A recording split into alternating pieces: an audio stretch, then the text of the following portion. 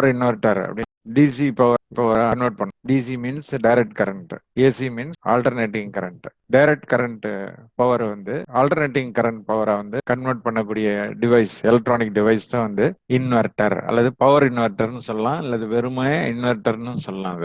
ஏன் பவர் இன்வெர்டர்னு இதை தனியா டிஸ்டிங்விஷ் பண்ணி சொல்றோம்னா, டிஜிட்டல் எலக்ட்ரானிக்ஸ்னு ஒரு சப்ஜெக்ட் இருக்கு, அதுலயும் இன்வெர்டர்லாம் இருக்குது. அது மாதிரி அனலாக் எலக்ட்ரானிக்ஸ்னு ஒரு சப்ஜெக்ட் இருக்குது, அதுலயும் இன்வெர்டர்லாம் இருக்குது. ஸோ அதுல இருந்து இது டிஸ்டிங்விஷ் பண்றதுக்காக இது பவர் இன்வெர்டர் அப்படின்னு சொல்றோம். ஸோ இப்போ பவர் இந்த இன்வெர்டர் வந்து எதுக்காக யூஸ் ஆகுது? டிசி பவரை ஏன் ஏசி பவரை கன்வெர்ட் பண்ணணும், டிசி பவரை ஏன் வந்து ஏசி பவரை கன்வெர்ட் அப்படிங்கறது கொஸ்டின். இப்போ நம்மளுடைய பாத்தீங்கன்னா நம்ம நிறைய நேரத்துல நம்ம வீட்டுல பவர் வந்து கட் ஆயிடுது இல்லைங்களா, அதிக நேரம் வந்து இபில வந்து பவர் கட் பண்ணிடுவாங்க. சில நாளைக்கு மெயின்டெனன்ஸ்க்காக பவர் ஆஃப் பண்ணிடுவாங்க. அப்ப நமக்கு இபில இருந்து தமிழ்நாடு எலக்ட்ரிசிட்டி போர்டு அதுல இருந்து நமக்கு பவர் வந்து வராது. அப்போ அந்த சமயத்துல வந்து நமக்கு டிவைசஸ், வீட்டுல உள்ள டிவைசஸ் எல்லாம் இயங்கணும்னு வச்சுக்கோங்க, லைட் ஃபேன் எல்லாம் ஒர்க் பண்ணணும்னா நமக்கு என்ன வேணும்? இன்வெர்டருங்கிற ஒரு டிவைஸ். ஸோ இந்த ஆப்சன்ஸ் ஆஃப் ஆல்டர்னேட்டிங் கரண்ட், இந்த ஆப்சன்ஸ் ஆஃப் இபி சப்ளை இல்லாத போது, எலக்ட்ரிசிட்டி போர்டு சப்ளை வந்து கட் ஆயிருக்க போது நமக்கு டிவைசஸ் எல்லாம் வேலை செய்யணும். வீட்டுல இருக்கிற லைட், ஃபேனு, அப்புறம் டிவி, இப்படி சில டிவைசஸ் எல்லாம் வேலை செய்யணும் அப்படின்னு சொன்னீங்கன்னா நமக்கு இன்வெர்டருங்கிற ஒரு டிவைஸ் வந்து நமக்கு தேவைப்படுது. ஸோ இதை பற்றி டெஃபினிஷனு, இதோடைய கேரக்டரிஸ்டிக்ஸ் இதெல்லாம் வந்து முன்னாடி கொடுத்துருக்கிறேன். Inverter is a power electronic device. Inverter is a power electronic device or circuitry that changes direct current to alternating current. The input and output voltage and frequency and power handling depend on the design of the specific device. இந்த இன்வெர்டருக்கு எவ்வளவு input கொடுக்கணும், output எவ்வளவு வரும், அதோட அவுட்புட்ல எவ்வளவு frequency வரும், இதான் frequency means அதிர்வெண். அவுட்புட் வோல்டேஜ்ங்கிறது வெளியீடு மின்னழுத்தம், இன்புட் வோல்டேஜ் உள்ளீடு மின்னழுத்தம். இன்வெர்டர்ங்கிறது ஒரு பவர் எலக்ட்ரானிக் டிவைஸ். இந்த டிவைஸுக்கு இன்புட் உள்ளீடு எவ்வளவு கொடுக்கணும், ஃப்ரீக்வன்சி, அவுட்புட் எவ்வளவு ஃப்ரீக்வன்சி வரும். ஏசிங்கும் போது 50 ஹெர்ட்ஸ்ல வரும். ஃப்ரீக்வன்சி எவ்வளோன்னு கேட்டிங்கன்னா 50 ஹெர்ட்ஸ். ஏசியோட நம்ம வீட்டில் ஹோம்ல வரக்கூடிய ஏசியோட ஃப்ரீக்வன்சி எவ்வளோன்னு கேட்டிங்கன்னா அதிர்வெண்னு சொல்லப்படும் வந்து 50 ஹெர்ட்ஸ் ஸ்டாண்டர்டு. இது வந்து இப்போ உங்களுக்கு இந்தியா பூராவும் எல்லா இடத்துலையும் 50 ஹெர்ட்ஸ் தான் வரும். அது போல அவுட்புட் வோல்டேஜ்னு சொன்னீங்கன்னா 230 வோல்ட்ஸ், 230 இல்லாட்டினா சில இடத்துல 240 கூட வரும், 220 கூட வரும். இன்வெர்டர் வந்து power inverter, power handling capacity இப்போ வந்து எவ்வளோ வந்து டிஃப்ரெண்ட் வெரைட்டிஸ்ல இருக்குது. உங்களுக்கு டிஃப்ரெண்ட் இன்புட் வோல்டேஜ் 12 வோல்ட்ல ஒர்க் பண்ணக்கூடிய இன்வெர்டர்ஸ் இருக்கு, 24 வோல்ட்ஸ்ல ஒர்க் பண்ணக்கூடிய இன்வெர்டர்ஸ் இருக்கு, 48 வோல்ட்ஸ்ல ஒர்க் பண்ணக்கூடிய இன்வெர்டர்ஸ் இருக்கு. இன்புட் வோல்டேஜ் வந்து 12, 24, 48 போன்ற வோல்டேஜ்கள்ல இன்புட் வாங்கக்கூடிய.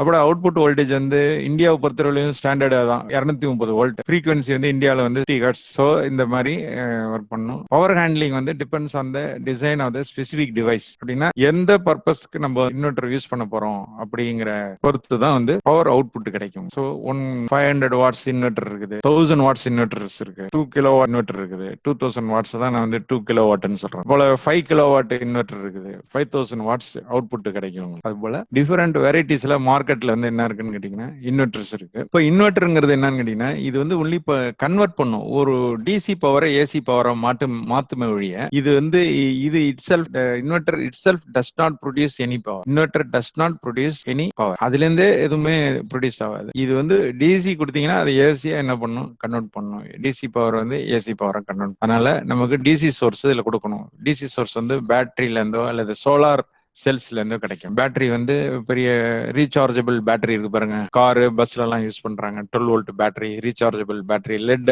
லெட் ஆசிட் அக்குமுலேட்டர் சொல்லுவாங்க. இந்த போல பெரிய பேட்டரி யூஸ் பண்ணோம். அந்த பேட்டரியில இருந்து டிசி கிடைக்கும். அந்த டிசி என்ன பண்ணுது, இந்த எலக்ட்ரானிக் டிவைஸ் வந்து ஏசி என்ன பண்ணுது, கன்வெர்ட் பண்ணுது. ஸோ இப்போ வந்து பாருங்க இன்புட் வோல்டேஜ் இதை கொடுத்துருக்கோம் பாருங்க. Input voltage range 24 volt inverter இருக்குது. அது வந்து 12 வோல்ட் லெட் ஆசிட் பேட்டரியில வேலை செய்யும். 24, 36, 48 இது போல ஹோம் யூஸ்க்கு இதெல்லாம் யூஸ் பண்றாங்க. 200 வோல்ட் 400 வோல்ட் இன்புட் உள்ள இருக்குது. அது போட்டோ வோல்டாயிக் செல்ல இருந்து வரக்கூடிய வோல்டேஜ் வந்து அதை டிசியா வரும், அது வந்து ஏசியா வந்து கன்வெர்ட் பண்ணும். இது போல இந்த இன்புட் வோல்டேஜ் வந்து இது டிஃபரெண்ட் வெரைட்டிஸ்ல கொடுக்கக்கூடிய இன்வெர்டர்ஸ். அது போல அவுட்புட் வேவ் ஃபார்ம் வந்து வேவ் ஃபார்ம் அப்படிங்கும் போது உங்களுக்கு வந்து யூஸ்வலா வந்து என்ன வரும் அப்படின்னா output inverter can produce square wave அப்படி இந்த மாதிரி ஸ்கொயர் வேவ் வந்து ப்ரொடியூஸ் ஆகும். அல்லது மாடிஃபைடு சைன் வேவ்னு பேரு, MSW மாடிஃபைடு சைன் வேவ் அல்லது pulse width modulated sine wave. இப்படி டிஃபரெண்ட் வெரைட்டிஸ்ல அவுட்புட் வேவ் ஃபார்ம் வந்து கிடைக்கும். ஆனா சைன் வேவ் இப்படி சைன் வேவ்ங்கிறது தான் இப்படிதான் வரணும். ஆனா வந்து இது மாதிரி ப்ரொடியூஸ் பண்ணணும்னா ரொம்ப காஸ்ட்லியாகவும் டிசைன் வந்து ரொம்ப காம்ப்ளெக்ஸா இருக்கும். ஸோ அதனால சிம்பிள் இன்வெர்டர் எல்லாம் பாத்தீங்கன்னா ஸ்கொயர் வேவ் தான் ப்ரொடியூஸ் பண்ணும். 50 ஹெர்ட்ஸ்ல ஸ்கொயர் வேவ் ப்ரொடியூஸ் பண்ணணும். 240 வோல்ட் வரும். இப்போ மார்க்கெட்ல எல்லாம் என்ன பண்றாங்கன்னு பாத்தீங்கன்னா சிறு சிறு கடைகள் எல்லாம் வந்து பேட்டரி ஒரு சின்னதா ஒரு சிஎஃப்எல் லேம்ப் போட்டு அவங்க கடைக்கு வெளிச்சம் வச்சிருப்பாங்க.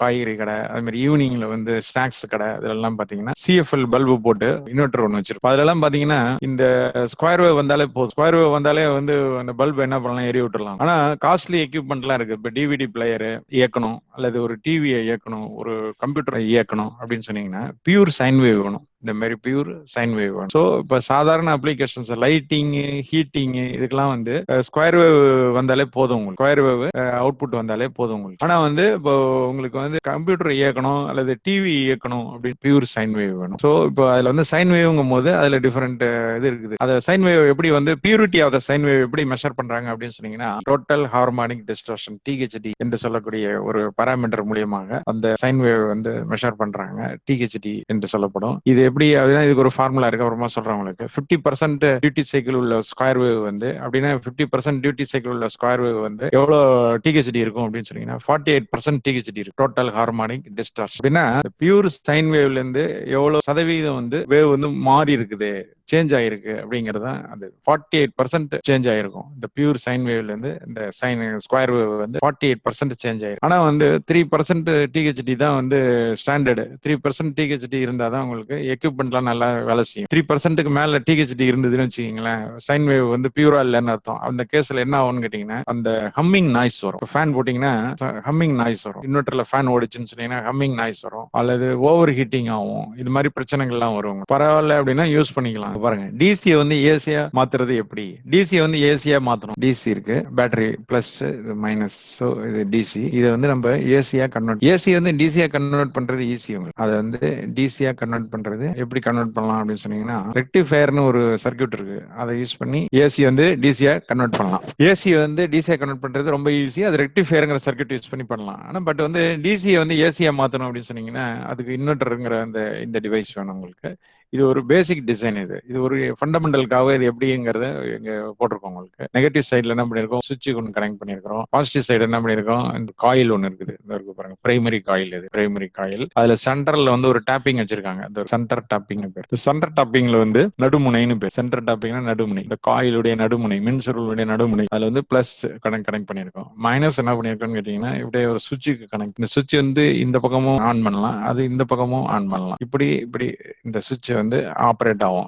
இதுல வந்து இந்த சுவிட்ச் வந்து இப்ப இந்த இந்த முனை வந்து ஒரு காயிலோட எண்டில் கனெக்ட் ஆயிருக்குது. அது மாதிரி இந்த சுவிட்சோட இந்த முனை வந்து காயிலோட இன்னொரு எண்டில் கனெக்ட் ஆயிருக்கு. ஸோ இப்படி கனெக்ட் பண்ணியிருக்கோம். இது வந்து இந்த மாதிரி இப்படி 2 கோடு போட்டா என்ன அர்த்தம்னு கேட்டீங்கன்னா கோர், அயன் கோர்னு அர்த்தம். அடுத்தது வந்து இந்த பக்கம் வந்து என்ன பண்ணிருக்கு, செகண்டரி காயில். இது பிரைமரி காயில். ஸோ இது வந்து ஒரு டிரான்ஸ்ஃபார்மர்னு சொல்லுவாங்க, மின் மாற்றின்னு சொல்லுவாங்க. பார்த்தீங்களா, நடு முனை உள்ள ஒரு சென்டர் டாப்ல டிரான்ஸ்ஃபார்மர், நடுமுனை கொண்ட ஒரு மின் மாற்றின்னு சொல்லுவோம். இப்போ இந்த பக்கத்துல வந்து நீங்க வந்து இந்த பக்கம் சுவிட்ச் போட்டீங்கன்னா என்ன ஆகும் அப்படின்னு கேட்டீங்கன்னா இந்த பாசிட்டிவ்ல இருந்து கரண்ட் வந்து இப்படி வரும். எப்போதும் கரண்ட் வந்து பாசிட்டிவ்ல இருந்து தான் நெகட்டிவ் போகும். பாசிட்டிவ்ல இருந்து இப்படி நெகட்டிவ் வரும். ஸோ இப்படி கரண்ட் வந்து ஆன்டி கிளாக் வைஸ் டைரக்ஷன் அதுல ஃப்ளோ ஆகும். அப்போ இப்படி கரண்ட் போகும்போது இதுல மேக்னெட்டிக் ஃபீல்டு உண்டாகும் இல்லைங்களா. இந்த மேக்னெட்டிக் ஃபீல்டு வந்து இந்த பக்கத்துல உள்ள காயில்ல வந்து என்ன பண்ணும் கேட்டீங்கன்னா இன்டியூஸ்டு இஎம்எஃப் ப்ரொடியூஸ், தூண்டு மின்னியக்கு விசையை உண்டாகும். இதுல இந்த முனையில வந்து இஎம்எஃப் ப்ரொடியூஸ் ஆகும். எவ்வளவு ப்ரொடியூஸ் ஆகும், E is equal to minus M into DI by dt அப்படிங்கிற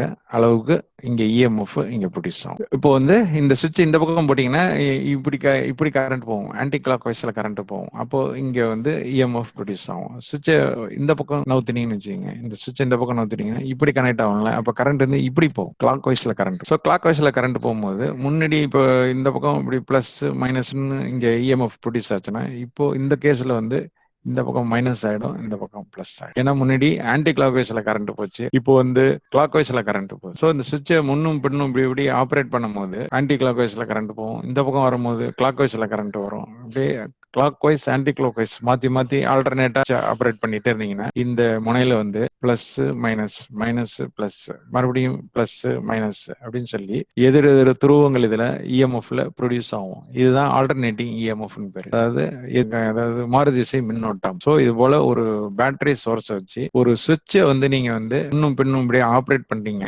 ரேப்பிடா சேஞ்ச் பண்றீங்க, சடனா இப்படி சேஞ்ச் பண்றீங்க, ஃபாஸ்டா இதை சேஞ்ச் பண்ணீங்கன்னா இல்ல கிளாக் வைஸ்லயும் ஆன்டி கிளாக் வைஸ்லயும் கரண்ட் போகும்போது இந்த செகண்டரி டெர்மினல்ல வந்து ரெண்டு எண்ட்லயும் வந்து ஏசி ப்ரொடியூஸ் ஆகும். அப்ப டிசி பவரை வச்சு ஏசி இங்க ப்ரொடியூஸ் பண்றீங்க. இதுக்கு டிரான்ஸ்ஃபார்மர் வந்து சென்டர் டாப்ல டிரான்ஸ்ஃபார்மர் பயன்படுத்துறோம். இது பிரைமரி காயில், இது வந்து செகண்டரி காயில், இது வந்து சுவிட்ச், இது வந்து மெக்கானிக்கல் சுவிட்ச். இது ஸோ இதுல ஸ்ப்ரிங் இருக்கும், இது இந்த பக்கம் டச் பண்ணிட்டு இருக்கோம், இந்த நவுத்தினீங்கன்னா இந்த பக்கம். ஸோ இது வேகமா இப்படி ஆப்ரேட் பண்ணும்போது உங்களுக்கு இந்த கரண்ட் இதுல போறக்கூடிய கரண்ட் சேஞ்ச் ஆகும். சேஞ்ச் ஆகும் போது மேக்னெட்டிக் ஃபீல்டும் சேஞ்ச் ஆகும். மேக்னெட்டிக் ஃபீல்டு சேஞ்ச் ஆச்சுன்னு சொன்னீங்கன்னா இஎம்எஃப் இண்டியூஸ் ஆகும். Faraday's law of electromagnetic induction படி E = -dφ dt, அந்த φ = m × I ன்னு போட்டிருக்கோம்.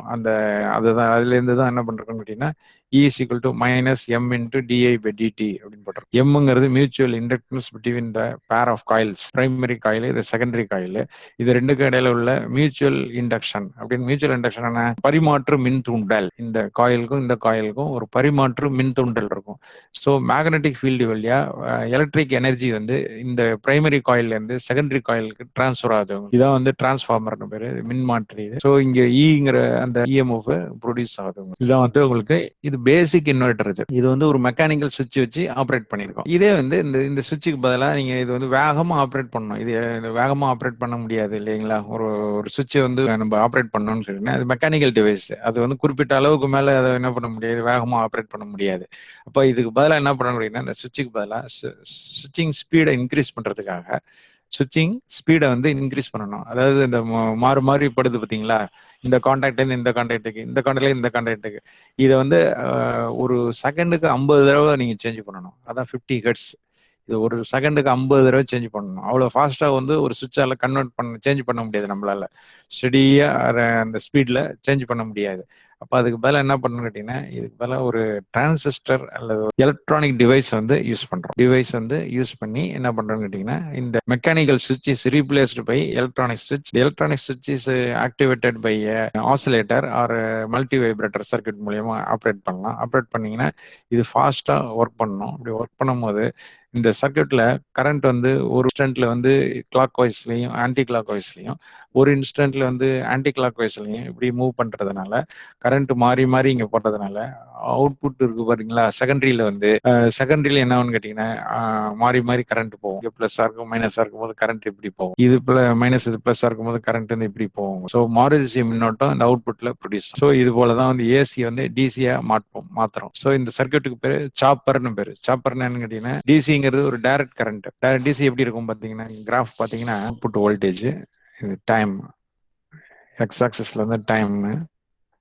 இது வந்து வோல்டேஜ் ஸ்டெடியா இருக்கும். வித் ரெஸ்பெக்ட் டு டைம் வந்து அவுட்புட் வந்து ஸ்டெடியா இருக்கும். அதான் ஸ்டெடி கரண்ட்னு சொல்றோம், நேர்திசை மின்னோட்டம். ஆனா இப்போ இதை வந்து நம்ம என்ன பண்ணியிருக்கிறோம், ஆல்டர்னேட்டிங் கரண்டா மாத்திருக்கோம். எப்படி மாத்திருக்கோம், இந்த இப்படி மாத்திருக்கோம், ஆல்டர்னேட்டிங் கரண்டா மாத்திருக்கோம். சுவிட்சிங் பண்ணி ஆல்டர்னேட்டிங் கரண்டா மாத்திருக்கோம். இதுதான் வந்து இந்த ஒரு பேசிக் இன்வெர்டர். இது மெக்கானிக்கல் சுவிட்ச் வச்சு இந்த டிசி வந்து ஏசியா மாத்திருக்கோம். இப்ப இதுலயே வந்து கொஞ்சம் சேஞ்சஸ் பண்றாங்க. சேஞ்ச் பண்ணி அடுத்த சர்க்யூட் ரன் போறாங்க. இங்க இருக்கு பாருங்க, நெக்ஸ்ட் சர்க்யூட் வருங்க. அது ப்ரீவியஸ் சர்க்யூட்ல ப்ரொடியூஸ் ஆகக்கூடிய அவுட்புட் வந்து பியூர் சைன் வேவா இருக்காது. பியூர் சைன் வேவ் வந்தால் தான் நல்லது உங்களுக்கு.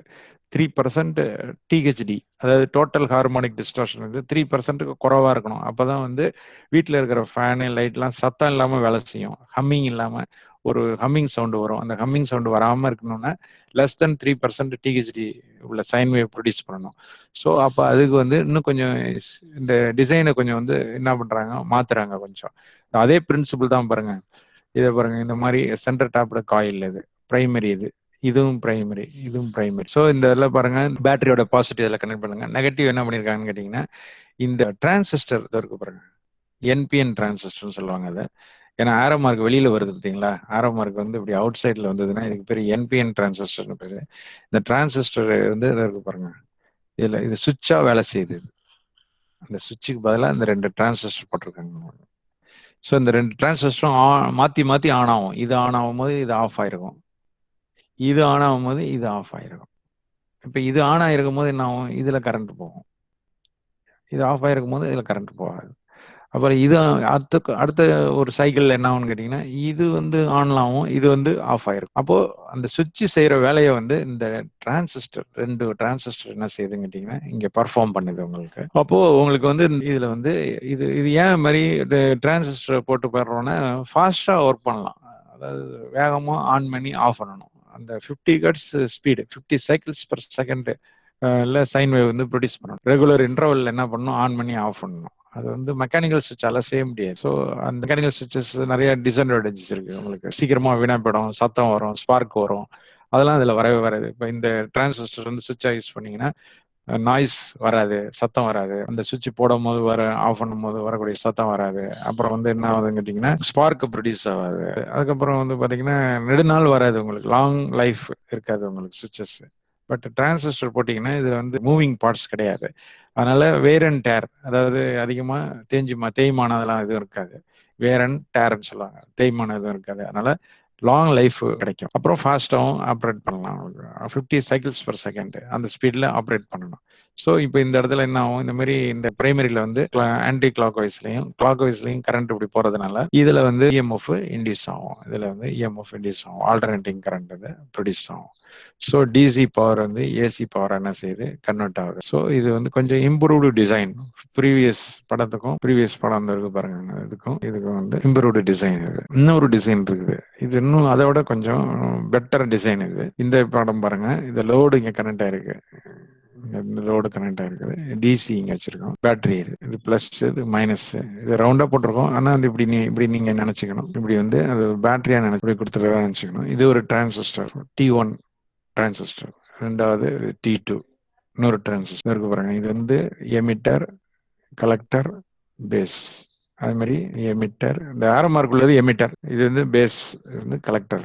ஸோ T1 T2 அது மாதிரி T3 T4 4 டிரான்சிஸ்டர் வந்து இதுல பயன்படுத்துறோம். இந்த 4 டிரான்சிஸ்டர் இதுல பயன்படுத்துறோம். இங்க குறுக்க என்ன பண்ணிருக்கோம்னு கேட்டீங்கன்னா, கலெக்டருக்கும் எமிட்டர் கடையில ஒரு டயோடு ஒன்று ஜாயின் பண்ணிருக்கோம். 4 டயோடு ஜாயின் பண்ணிருக்கோம். ஸோ இந்த பேஸ்ல நீங்க வந்து பல்ஸ் கொடுக்கணும். பேஸ்ல வந்து பல்ஸ் இருக்கும். பேஸ்ல வந்து ஒரு எலக்ட்ரிக்கல் பல்ஸ் கொடுத்தீங்கன்னா இந்த டிரான்சிஸ்டர் ஆன் ஆகும்.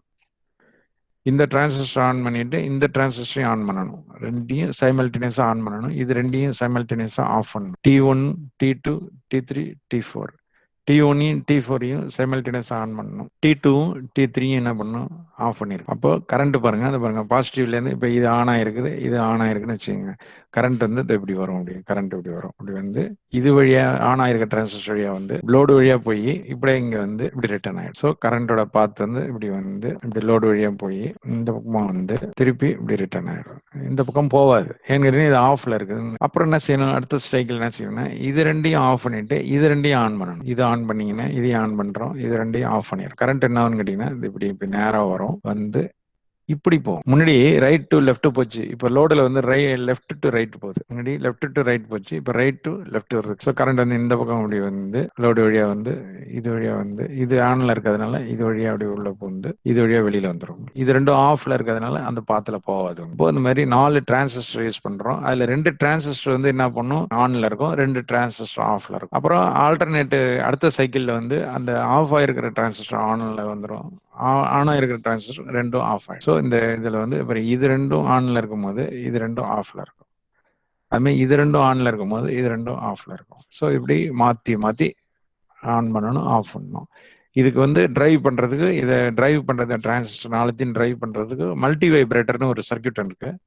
அதை என்ன பண்ணியிருப்பாங்க? அதை உருவாக்கி இதுல கொண்டாந்து இந்த பேஸ்ல வந்து அதோட பல்சஸ் வந்து ஃபீட் பண்ணியிருப்பாங்க. ஸோ அந்த பேஸில் பல்சஸ் கொடுத்தோன்னே என்னன்னு கேட்டிங்கன்னா டிரான்சிஸ்டர்ஸ் வந்து மாற்றி மாற்றி ஆனாவும் ஆஃப் ஆகும், ஆனாவும் ஆஃப் ஆகும். அப்போ வந்து உங்களுக்கு இந்த லோடில் வந்து ஒரு டைரக்ஷனில் கரண்ட் போகுது, அப்புறம் அடுத்தது சைக்கிளில் வந்து இப்படி டைரக்ஷன் மாறுது.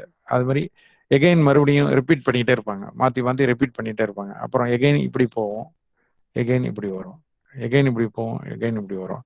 அப்போ இதுதான் மாறு திசை மின்னோட்டம். ஒரே டைரக்ஷன்ல கரண்ட் போகாம லெஃப்ட்ல இருந்து ரைட்டுக்கு போகுது, அதுக்கப்புறம் ரைட்ல இருந்து லெஃப்ட்டுக்கு வருது, இப்படியே மாத்தி மாத்தி இதுல போகுது உங்களுக்கு. ஸோ இதுக்கு பேர் வந்து ஹெச் பிரிட்ஜ் இன்வெர்டர்னு பேர். இதுக்கு பேர் வந்து ஹெச் பிரிட்ஜ் இன்வெர்டர்னு பேர். இது பாக்குறதுக்கு பாருங்க resembles that of H, letter H, H மாதிரி இருக்கு பாருங்க. நடுவுல லோடு, இந்த பக்கமும் இந்த பக்கம் இந்த பக்கமும் நடுவுல லோடு, இது போல இருக்கிறதுனால H bridge inverter with transistor சுவிட்ச் anti parallel diodes. Anti parallel diodes என்னன்னு கேட்டீங்கன்னா அது இருக்கு பாருங்க. 4 டயோடு வந்து என்ன பண்ணிருக்காங்க, பேரலா, அதாவது டிரான்சிஸ்டருக்கு பேரலா ஜாயின் பண்ணிருக்காங்க, பட் ஆப்போசிட் டைரக்ஷன்ல இருக்கு. அதனால ஆன்டி பேரலல்னு சொல்லப்பட்டிருக்கு. டிரான்சிஸ்டருடைய கலெக்டருக்கும் எமிட்டருக்கும் பேரலா இருக்கு இந்த டயோடு, பக்க இணைப்பா இருக்கு. ஆனா அதே சமயத்துல ஆப்போசிட் டைரக்ஷன்ல இருக்குது. அதனால ஆன்டி பேரலல் டயோட்ஸ் அப்படின்னு சொல்லுவாங்க. ஸோ இந்த 4 டயோடும் வந்து எதுக்காக யூஸ் ஆகுது அப்படின்னு கேட்டீங்கன்னா, இதை ஆஃப் பண்ணும்போது ஆன் பண்ணும்போது பேக் இஎம்எஃப் ப்ரொடியூஸ் ஆகும். ஆஃப் பண்ணும்போது குறிப்பா ஆஃப் பண்ணும்போது என்ன கேட்டீங்கன்னா, டிரான்சிஸ்டர்ல சர்க்கியூட் ஆஃப் பண்ணும்போது பேக் இஎம்எஃப் ப்ரொடியூஸ் ஆகும்.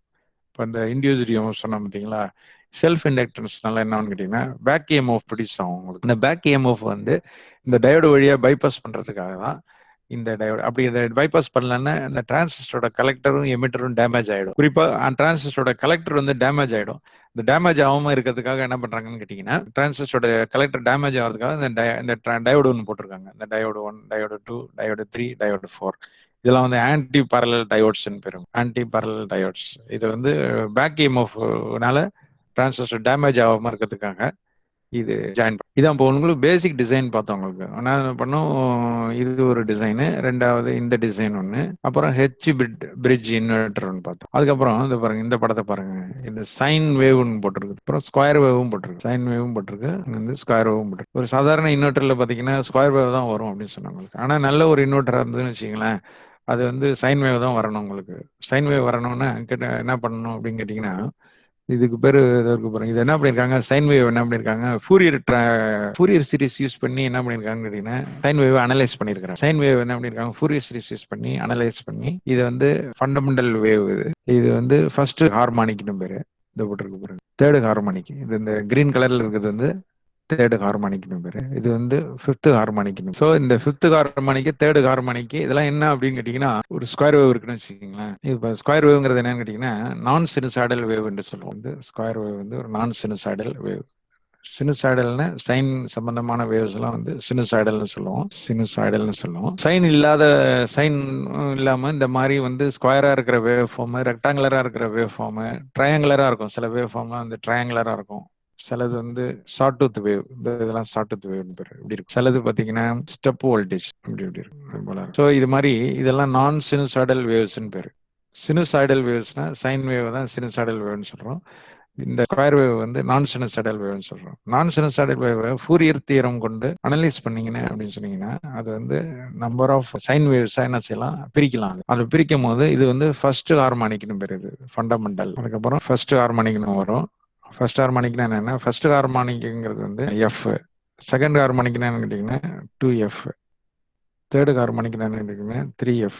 எஃப்னு என்னன்னு கேட்டீங்கன்னா ஃப்ரீக்வன்சி. ஸோ அந்த ஃபண்டமெண்டல் ஃப்ரீக்வன்சி எஃப்னு சொல்லுவோம். 2 டைம்ஸ் ஃபண்டமெண்டல் ஃப்ரீக்வன்சி என்ன செய்யணும்னு கேட்டீங்கன்னா செகண்ட் ஹார்மானிக்னு சொல்லுவோம். தேர்டு ஹார்மானிக் வந்து 3 டைம்ஸ் ஃபண்டமெண்டல் ஃப்ரீக்வன்சின்னு சொல்லுவோம். 4 டைம்ஸ் எஃப் இருக்கு பார்த்தீங்களா, அது வந்து ஃபோர்த் ஹார்மானிக்னு சொல்லுவோம். 5 டைம்ஸ் ஃபண்டமெண்டல் ஃப்ரீக்வன்சி இருக்கு பார்த்தீங்களா, அது வந்து ஃபிஃப்த் ஹார்மானிக்னு சொல்லுவோம். இப்படி மல்டிபிள் ஹார்மானிக்ஸ் எல்லாம் இது அனாலிசிஸ்ல வந்து கிடைக்கும் உங்களுக்கு. இந்த அனாலிசிஸ்ல வந்து கிடைக்கக்கூடிய பல ஹார்மானிக்ஸ் இருக்கு. Multiples of the fundamentals are called harmonics பேரு. இது எல்லாத்தையும் வந்து என்ன செய்யறோம் கேட்டீங்கன்னா வரைஞ்சிருக்கோம். அதுல வந்து தேர்ட் ஹார்மானிக்கும் ஃபிஃப்த் ஹார்மானிக்கும் ஃபர்ஸ்ட் ஹார்மானிக்கும் கம்பைன் பண்ணீங்கன்னா கிடைக்கக்கூடியதுதான் வந்து இந்த ஸ்கொயர் வேவ் அப்படிங்கறது அந்த படம் வெளிப்படுத்துது. அப்புறம் வந்து டிஹெச்டின்னு போட்டிருக்கோம். Total harmonic distortion square, V2 square, V3 square, V4 square, Vn square அப்படி டிவைடட் பை V1. V1ங்கிறது என்னன்னா ஃபர்ஸ்ட் ஹார்மானிக்கோட வோல்டேஜ், இந்த ஹைட். அது மாதிரி V2ங்கிறது என்ன அப்படின்னு கேட்டீங்கன்னா செகண்ட் ஹார்மானிக்கோட ஹைட். V3ங்கிறது என்னன்னு கேட்டீங்கன்னா தேர்ட் ஹார்மானிக்கோட ஹைட், ஃபிஃப்த் ஹார்மானிக் ஹைட். இது போல V1ங்கிறது ஃபர்ஸ்ட் ஹார்மானிக்கோட அந்த வோல்டேஜ். சரி, இப்போ வந்து செகண்ட் ஹார்மானிக்கு, தேர்ட் ஹார்மானிக்கு, ஃபோர்த் ஹார்மானிக்கு, இப்படி பல ஹார்மானிக்கோட அந்த வேவ் ஃபார்ம்ஸ் இருக்கு பாருங்க, அதோட வோல்டேஜஸ் வேல்யூஸ் வந்து இப்போ நீங்க ஸ்கொயர் பண்ணி கூட்டுறீங்க. அது ஸ்கொயர் ரூட் எடுக்கிறீங்க. அதை ஹோல் டிவைடட் பை V1ஆல அதை ஃபர்ஸ்ட் ஹார்மோனிக் வேவோட மதிப்பால வகுத்தீங்கன்னா கிடைக்கக்கூடியதான் total harmonic distortion. So total harmonic distortion அதை எப்படி டிஃபைன் பண்றாங்கன்னா, square root of the sum of the squares of the harmonic voltages divided by fundamental voltage. இதான் ஃபண்டமெண்டல் வோல்டேஜ். ஸோ இது எப்படி டிஹெச்டி கண்டுபிடிக்கிறாங்க என்ன அப்படின்னு சொன்னீங்கன்னா, இப்போ வந்து ஒரு சாதாரண இன்வெர்டர்ல வந்து ஒரு சைன் வேவ் வருதுன்னு வச்சுங்களேன், அதோடைய குவாலிட்டி எப்படி இருக்குங்கிறது வந்து அந்த குவாலிட்டி எப்படி இருக்கிறது அதோட டிஹெச்டியை வச்சு தான் சொல்ல முடியும். டிஹெச்டியை வச்சு தான் டோட்டல் ஹார்மோனிக் டிஸ்டர்பன்ஸ் தான் சொல்ல முடியும். 3% குறைவா இருக்கணும் டிஹெச்டி. இந்த 3% குறைவாக டிஹெச்டி இருந்தால் தான் பியூர் சைன் வேவ்னு சொல்ல முடியும். 3% அதிகமாக இருந்தது அப்படின்னு சொன்னீங்கன்னா சைன் வேவ் வந்து பியூர் சைன் வேவ் கிடையாது. ஏன் பியூர் சைன் வேவ் வேணும் அப்படின்னு சொன்னீங்கன்னா, இப்போ வந்து வீட்டில் உள்ள எலக்ட்ரிக்கல் அப்பரேட்டஸ் இருக்கு பாருங்க, கம்ப்யூட்டரு சென்சிட்டிவான அப்பரேட்டஸ் எல்லாம் இருக்கும். டிவிடி பிளேயரு, அப்புறம் கம்ப்யூட்டரு, இதெல்லாம் வந்து சென்சிட்டிவான அப்பரேட்டஸ். இதுக்கெல்லாம் வந்து பியூர் சைன் வேவ் இருந்தால் தான் கரெக்டாக ஃபங்க்ஷன் பண்ணும். வேற லைட்டிங்கு ஃபேனு அதெல்லாம் யூஸ் பண்றீங்கன்னு வச்சுங்களேன், வேற லைட்டிங் ஃபேன்லாம் யூஸ் அந்த டிஹெச்டி வந்து அதிகமாக இருந்தாலும் ஒன்றும் பிரச்சனை கிடையாது. 48% இருந்தாலும் கூட ஒன்றும் பிரச்சனை கிடையாது. ஆனால் என்ன வரும், ஹம்மிங் நாய்ஸ் ஒன்று வரும். அது பரவாயில்லன்னு என்ன பண்ணிக்கலாம், பேர் பண்ணிக்கலாம். இந்த பேட்டரி வந்து பேட்டரியோட இது எப்படி இருக்கணும் பாருங்க, பேட்டரியோட எவ்வளோ நேரம் வந்து ஒரு பேட்டரி இன்வெர்டர்ல இருந்து எவ்வளோ நேரம் சப்ளை பண்ணும் அப்படிங்கிறத பத்தி இந்த டாபிக்ல சொல்றோம். The run time of an inverter powered by batteries depend on the battery power. Battery பவர்னா என்னன்னு கேட்டீங்கன்னா, இப்போ அந்த ஒரு பேட்டரி வந்து எவ்வளோ இது வந்து டிசி பவரை வந்து இது பண்ணும் சப்ளை பண்ணும் அப்படிங்கிறது வந்து பேட்டரி கெப்பாசிட்டின்னு சொல்றோம். பேட்டரி கெப்பாசிட்டி எப்படின்னு கேட்டீங்கன்னா, total load in watts divided into usage time divided by input voltage. அதாவது வந்து இப்போ வந்து பேட்டரிஸ் என்ன பண்ணலாம்னு கேட்டீங்கன்னா, ரொம்ப நேரம் உங்களுக்கு வந்து இன்வெர்டர் பவரை சப்ளை பண்ணணும்னு வச்சிங்களேன், லார்ஜ் பேட்டரி போடணும். அல்லது என்ன பண்ணலாம்னு கேட்டீங்கன்னா, 2-3 பேட்டரி என்ன பண்ணலாம், சீரீஸ்ல போடலாம், 2-3 பேட்டரி வந்து பேரலல்ல போடலாம், இப்படிலாம் போடலாம். சீரிஸ் காம்பினேஷன் போட்டால் என்ன நடக்கும் அப்படிங்கிறத இங்கே சொல்றேன் உங்களுக்கு. ஸோ இப்போ சீரிஸ் காம்பினேஷன்ல பேட்டரி வந்து சீரிஸ் காம்பினேஷன்ல போடுறீங்கன்னு வச்சிங்களேன், இது எப்படி இருக்கு, பேட்டரி வந்து இப்படி சீரிஸ் காம்பினேஷன்ல போடுறீங்க, இதை வந்து டெய்சி செயின் மெத்தட்ல கனெக்ட் பண்றதுன்னு பேரு உங்களுக்கு. இதோட பாசிட்டிவ் வந்து இதோட நெகட்டிவோட கனெக்ட் பண்ணிருக்கோம், கனெக்ட் பண்ணிருக்கோம். அதை வந்து இது டேசி செயின் அரேஞ்ச்மெண்ட்னு பேரு. இது பேரு சீரிஸ் கனெக்ஷன் சொல்லுவோம் அதை. இப்போ இதை வந்து நம்ம என்ன பண்றோம்னு கேட்டீங்கன்னா, இப்படி சீரிஸ்ல கனெக்ட் பண்ணீங்கன்னா வோல்டேஜ் இன்க்ரீஸ் ஆகும். இது ஒரு 6 வோல்ட், இது ஒரு 6 வோல்ட்னு வச்சுங்களேன், டோட்டல் வோல்டேஜ் வந்து 12 வோல்ட் வரும். இன்னொரு பேட்டரி ஒன்று கனெக்ட் பண்ணி வச்சிங்களேன், இன்னொரு பேட்டரி கனெக்ட் பண்ணீங்கன்னா 6 + 6 + 6 18 வோல்ட் வரும். இன்னொரு பேட்டரி ஒன்று கனெக்ட் பண்ணீங்கன்னு வச்சுங்க, இதோட சீரிஸ்ல இன்னொரு பேட்டரி கனெக்ட் பண்ணீங்கன்னா 24 வோல்ட் வரும். ஸோ பேட்டரிஸ் வந்து சீரீஸ்ல ஆட் பண்ண என்ன ஆகும்னா வோல்டேஜ் வந்து இன்க்ரீஸ் ஆகிட்டு போகும். So in series combination number of batteries increase பண்ண டோட்டல் வோல்டேஜ் வந்து இன்க்ரீஸ் ஆகிட்டு போகும். அதுதான் இங்கே இருக்குது. The goal of the batteries to increase overall input voltage inverter. One can daisy chain batteries. Daisy chain என்னன்னா இப்படி இந்த மாதிரி கனெக்ட் பண்றதுக்கு அப்புறம் தான் daisy chain series combination. So இப்போ சிங்கிள் பேட்டரி டைஸ் இதுல என்ன ப்ராப்ளம் அப்படின்னு வரும் அப்படிங்கிட்ட, ஒரு பேட்டரி வந்து டெட் ஆயிடுச்சுன்னு வச்சுக்கோங்க, ஒரு பேட்டரி டெட் ஆயிடுச்சுன்னா டோட்டலாகவே கரண்ட் வராது.